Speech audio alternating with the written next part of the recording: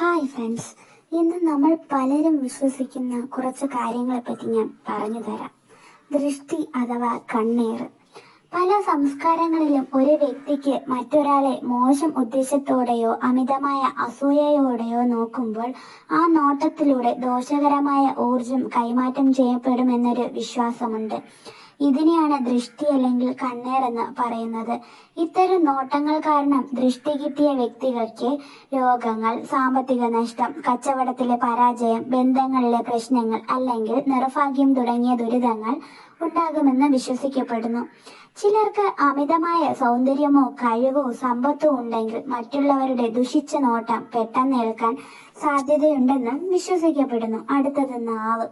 നാവ് എന്നതുകൊണ്ട് സാധാരണയായി വാക്കല്ലെങ്കിൽ സംസാരം എന്നാണ് ഉദ്ദേശിക്കുന്നത്. ഒരു വ്യക്തിയുടെ നാവ് ശുദ്ധമാണെങ്കിൽ അവർ പറയുന്ന വാക്കുകൾക്ക് ശക്തിയുണ്ടാകുമെന്ന് വിശ്വസിക്കപ്പെടുന്നു.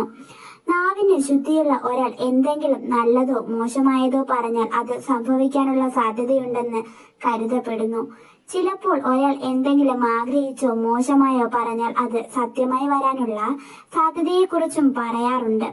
നാവിന് കൊള്ളാം അല്ലെങ്കിൽ നാക്കു പിഴച്ചുപോയി എന്നൊക്കെ പറയുന്നത് ഈ വിശ്വാസത്തിന്റെ ഭാഗമാണ്. അടുത്തത് പ്രാക്ക്. പ്രാക്ക് എന്നത് മലയാളത്തിൽ ശാപം എന്ന അർത്ഥത്തിലാണ് സാധാരണയായി ഉപയോഗിക്കുന്നത്. ഒരാൾക്ക് ദോഷം സംഭവിക്കണമെന്ന ഉദ്ദേശത്തോടെ പറയുന്ന വാക്കുകളാണിവ. ഒരു വ്യക്തി മറ്റൊരാളോട് കാണിക്കുന്ന ക്രൂരതകൾക്കോ തെറ്റുകൾക്കോ പ്രതികാരമായി പറയുന്ന വാക്കുകൾക്ക് അമാനുഷിക ശക്തിയുണ്ടെന്നും അത് പറഞ്ഞ ആളുടെ ജീവിതത്തിൽ ദുരന്തങ്ങൾ വരുത്തിവെക്കുമെന്നും വിശ്വസിക്കപ്പെടുന്നു. പ്രാക്കേറ്റ വ്യക്തിക്ക് രോഗങ്ങൾ, നിർഭാഗ്യം, സാമ്പത്തിക തകർച്ച, കുടുംബ പ്രശ്നങ്ങൾ എന്നിവയെല്ലാം ഉണ്ടാകാമെന്ന് ആളുകൾ വിശ്വസിക്കുന്നു. ഈ പണ്ടുകാലങ്ങളിൽ തങ്ങളുടെ ദുരിതങ്ങൾക്ക് കാരണം പ്രാക്കാണെന്ന് വിശ്വസിച്ച് മന്ത്രവാദികളെയും വെളിച്ചപ്പാടുകളെയും സമീപിക്കുന്ന പതിവുണ്ടായിരുന്നു. ഈ വിശ്വാസങ്ങൾക്ക് കൂടുതലായും പുരാതന കാലങ്ങളിൽ രൂപം കൊണ്ടതും തലമുറകളായി കൈമാറ്റം ചെയ്യപ്പെട്ടതുമാണ്. ദൃഷ്ടി, നാവ്, പ്രാക്ക്, കണ്ണേറ് എന്നിവ ലോകമെമ്പാടുമുള്ള പല സംസ്കാരങ്ങളിലും ഈ വിശ്വാസം നിലനിൽക്കുന്നുണ്ട്. ദ ഇവിൽ ഐ എന്ന് ഇംഗ്ലീഷിൽ ഇതിനെ വിളിക്കുന്നു. ഒരു ചരിത്രം പറയാം. പ്രാചീന ഗ്രീസ്, റോം, മെസപ്പൊട്ടോമിയ തുടങ്ങിയ സംസ്കാരങ്ങളിൽ ഈ വിശ്വാസം വളരെ ശക്തമായിരുന്നു. അവരുടെ ചരിത്രരേഖകളിലും സാഹിത്യത്തിലും ഇതിനെക്കുറിച്ച് പരാമർശങ്ങളുണ്ട്. വിശ്വാസത്തിന്റെ അടിസ്ഥാനം. ഒരാളുടെ നോട്ടത്തിൽ അസൂയപ്പെടുന്ന മറ്റൊരു വ്യക്തിയുടെ നോട്ടം ആ നോട്ടങ്ങളെ നശിപ്പിക്കുമെന്ന് വിശ്വസിക്കപ്പെടുന്നു.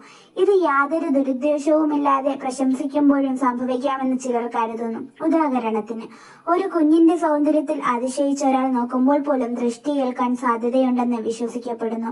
പ്രതിവിധികൾ. ദൃഷ്ടിദോഷം മാറ്റാൻ പല മാർഗങ്ങളും ആളുകൾ സ്വീകരിക്കാറുണ്ട്. കവചങ്ങൾ.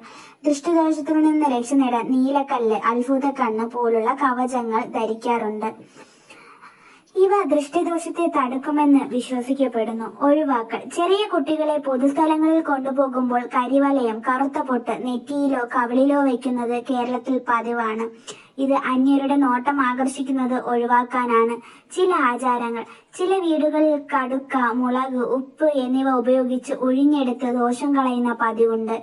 ഈ സാധനങ്ങൾ അടുപ്പിലിട്ട് പൊട്ടിക്കുമ്പോൾ ദൃഷ്ടിദോഷം ഒഴിവായി എന്നവർ വിശ്വസിക്കുന്നു. നാവ്. വാക്കുകൾക്ക് വലിയ ശക്തിയുണ്ടെന്ന വിശ്വാസം പല സംസ്കാരങ്ങളിലും കാണാം. ഒരു വ്യക്തിയുടെ നാവിന് ശക്തിയുണ്ടെന്ന് പറയുമ്പോൾ അത് പ്രധാനമായും രണ്ട് രീതിയിലാണ്. നല്ല കാര്യങ്ങൾ പറയാനുള്ള കഴിവിനെയും മോശം കാര്യങ്ങൾ പറയാനുള്ള സാധ്യതയുമാണ് അത് സൂചിപ്പിക്കുന്നത്. ഒരാൾക്ക് മറ്റൊരാളെ പ്രശംസിക്കുമ്പോഴോ അനുഗ്രഹിക്കുമ്പോഴോ ആ വാക്കുകൾക്ക് ശക്തിയുണ്ടെന്ന് വിശ്വസിക്കുന്നു. ഉദാഹരണത്തിന്, ഒരു ഗുരു ശിഷ്യനെ അനുഗ്രഹിച്ചാൽ ആ അനുഗ്രഹം സഫലമാകുമെന്ന് കരുതുന്നു. അതേസമയം ഒരാൾ മറ്റൊരാളെ കുറിച്ച് മോശമായി സംസാരിച്ചാൽ അല്ലെങ്കിൽ ശപിച്ചാൽ ആ വാക്കുകളും ഫലിക്കുമെന്ന് വിശ്വസിക്കപ്പെടുന്നു. ഇതിനെയാണ് ചിലപ്പോൾ നാക്കുദോഷം എന്ന് പറയുന്നത്. പ്രാക്ക് ഓർ ശാപം. ദൃഷ്ടിദോഷത്തിൽ നിന്ന് വ്യത്യസ്തമായി പ്രാക്ക് എന്നത് മനഃപൂർവ്വം പറയുന്നതും ശക്തമായ വികാരങ്ങളുമായി ബന്ധപ്പെട്ടതാണ്. അടിസ്ഥാനം എന്താണെന്ന് പറയാം. ഒരാളോട് ചെയ്യുന്ന കഠിനമായ അനീതിക്ക് പകരമായ വ്യക്തിയുടെ ഹൃദയത്തിൽ നിന്ന് വരുന്ന വാക്കുകളാണ് പ്രാക്ക്. അത് ആത്മാവിന്റെ വേദനയിൽ നിന്ന് ഉടലെടുക്കുന്നത് കൊണ്ട് അതിന് ശക്തിയുണ്ടെന്ന് വിശ്വസിക്കപ്പെടുന്നു. പ്രാക്കിന്റെ ഫലങ്ങൾ എന്തൊക്കെയാണെന്ന് നോക്കാം.